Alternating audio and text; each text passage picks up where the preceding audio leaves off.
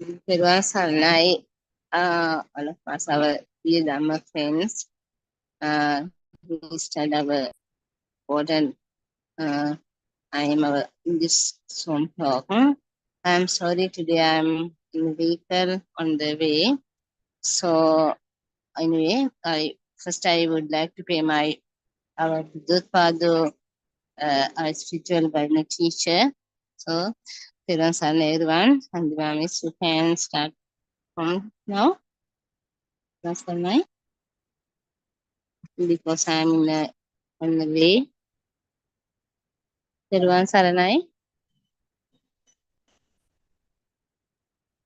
Okay, anyway, until someone join lesson. Oh, Teruvan Saranai.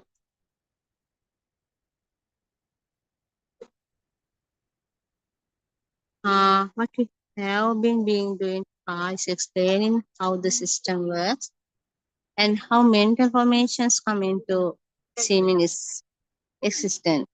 In many of our spiritual talks, for example, Aradeshana, Paramatsa, Sarvasatya. Satya, our ancient talk, for example, Mahasindha, etc. What we tried has to explain the understand mind or to explain that there is nothing as mind.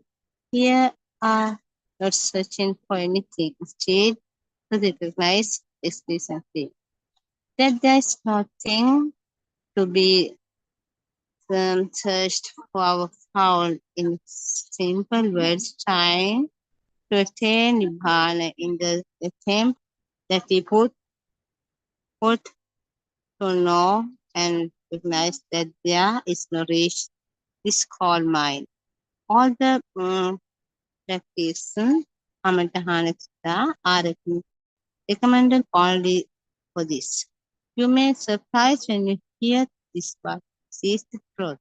Having divided into practices, stages such as Sovan, Sakudagami, and Agami sections are given only a reach is content on oneself by oneself. Understanding the Buddha philosophy means recognizing the non-existent mind, the Sunnata. In order to reach the goal of Buddha, we cherish all the two extents positions, external and internal. Then we had on the show that external is real. There are no so-called objects and we reveal them to be its only thought or thinking about external. Having this insight, one can be free from the illusion of external objects. Is the score one. Next, he explained there is no such thing called internal mind, also it's not real. There is mind means the Arana itself, thought constructor. There are nothing in the mind, and most importantly, there is no such thing called Arana. It transits, arising and placing thought formation. Having this insight, we can be free from influence in transit. So also, that is the freedom from non-existent thought formation. And reality, it is realized there are neither are no things, only knowing experience in the thought. So, everyone, sunlight today. I'm sorry, I'm in the way.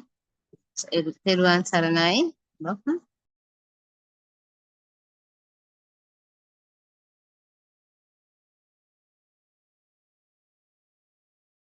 Everyone, Saranai, are enough, sir.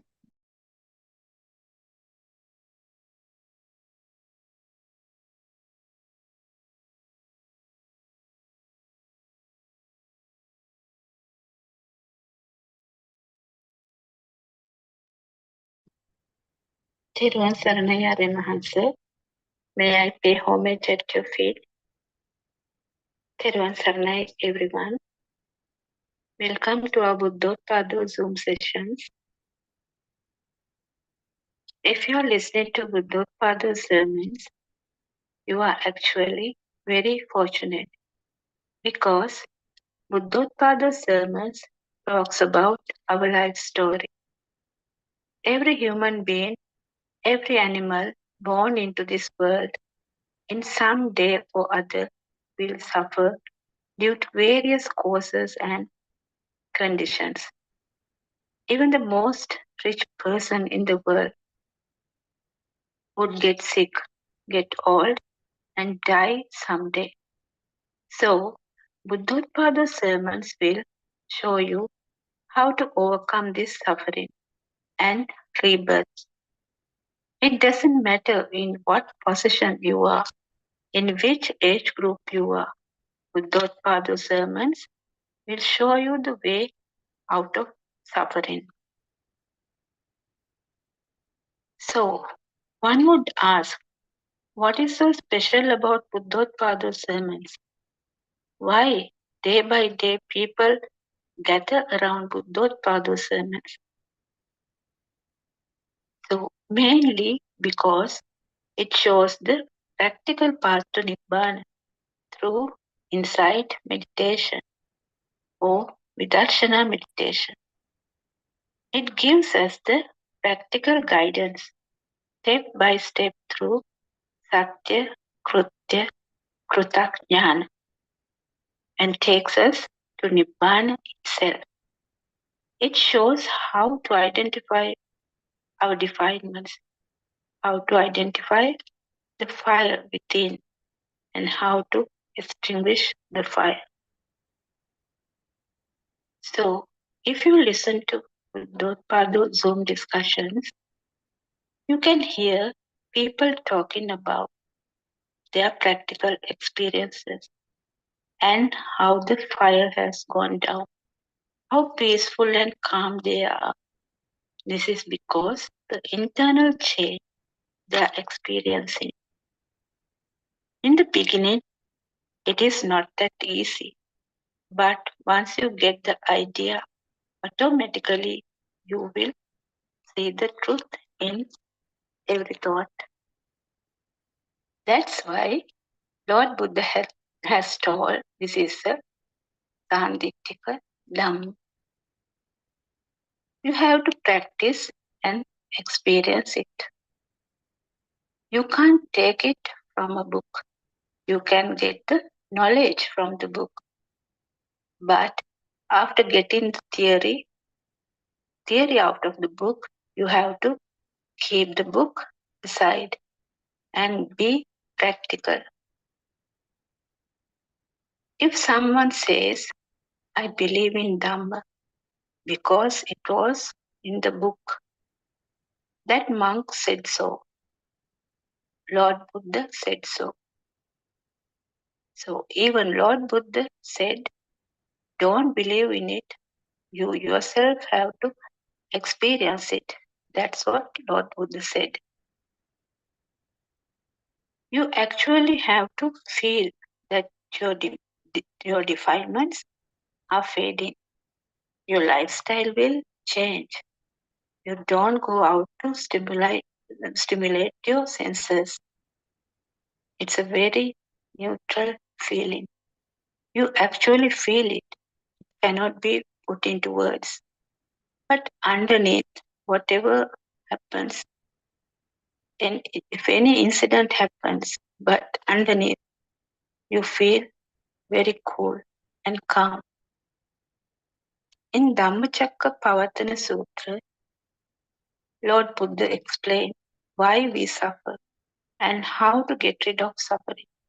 Actually, we suffer due to a thought. Thoughts, which is a combination of sounds and forms, just a spark, a vibration, an illusion, a mirage. There is actually nothing called a thought, but we think there is a thought and a self or me who suffer due to a thought. If we take the outside world as true, obviously There is a self or me who sees the world. So one should know all these are due to a natural phenomena. Our senses create the world due to speedy vibrations. Even light and sound is made due to vibrations of the sensor level. It does not come from outside. That is very important. It does not come from outside. It's a bit difficult to understand, but if you follow Buddhopada sermons for some time, you will understand this phenomena of how the mind is created. This is a very important message which Lord Buddha has told, and now our spiritual guidance teacher, Buddhopada Arana Mahansa, is revealing to the world. So the aramuna or the thought which comes to our six senses is the key point. And we have to understand the phrase Rupantiko Ayuso Rupam, which Buddhopada Aryan Mahansa explains repeatedly. The aramuna or the thought disappears as soon as it appears. And this is the place which we have to identify, because this is where the defilements happens. It is actually a war with our own defilements, the war against lust, hatred, and delusion. So this whole Dhamma is in one thought. This is a Kalika Dhamma. We just have to understand one thought. We usually take everything exists outside. Houses, cars, mother, father, everything. That is the mundane world. Or, as Lord Buddha said, Prutakjana Mantaka Bhumi, or the crazy world. But if we understand the dependent origination Dhamma and come to know how the thought is made, we will know that actually everything is a thought. We think we die and we suffer due to that thought. Every human being, every animal, every living being is scared of one thing. That's the feeling of death. Everybody is scared of death. We can't avoid it. So, if you remember, in the beginning I told what's so special about Buddhotpada's sermons. It helps us to get rid of this scary feeling. With the internal change, one would find that the death is also a thought, and you won't be scared of death anymore. This is a non-solved Dhamma. We have only this present moment. We think there is a soul. We have the existent feeling. It's also an illusion. When there is nothing existent, there is no one to die. This is the wonder in these Buddhopada sermons. We have only one thought at one moment, and that thought also not true. Once you understand how this illusion is created, you feel calm and more at peace. You don't value thoughts. We realize that we live in a world of thoughts. We have to understand only one thought. As you know, moment to moment, thoughts appear and disappear. Thoughts are the result of sparks happening through six senses. Actually, it's due to a tremendous sparking speed of sensory perceptions. As you know already, sparking happens through eye, ear, nose, tongue, and skin. We'll see how we get this alive feeling. It's actually due to the mind power which is generated due to the six senses. It's like a current, it's a live feeling or the soul, me, ego. Everything forms with this power. So, six senses are creating the current. As our spiritual guidance teacher, Buddhotpadu Aranwansa explains all the time. This is the vibration or sparks which happens very fast. So we get the existence feeling.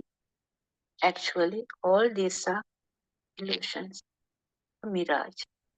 Light and sound also happens due to the sparking speed. Once a thought or aramuna appears from one of the six senses, actually it happens automatically. We get the feeling of living I again due to the sparking speed. We feel an existent individual of a living entity. This is the Atmiya Bhave, the feeling of existence. So, how do we get this life feeling? It is actually due to the mind power generated due to the senses. It's like a current. It's the life feeling of the soul. Nothing comes from outside. It automatically happens at our sensor level. So the chair, table, and everything are just sparks, or it's called chittarup, or images, which are illusions. It happens so fast, so we take it as real. So, with the existence of myself or me, ego also comes. So, with that, the attachment or disattachment, which is again a thought, we give value to that thought. With that comes lust, hatred, jealousy, proudness, greed, and so on. Our mind creates everything, but there is no being, no soul. There's no one doing it, no doer. Our senses are creating the world. So if you're blind, you can't see. So eye is a sensor. If you are deaf, you can't hear.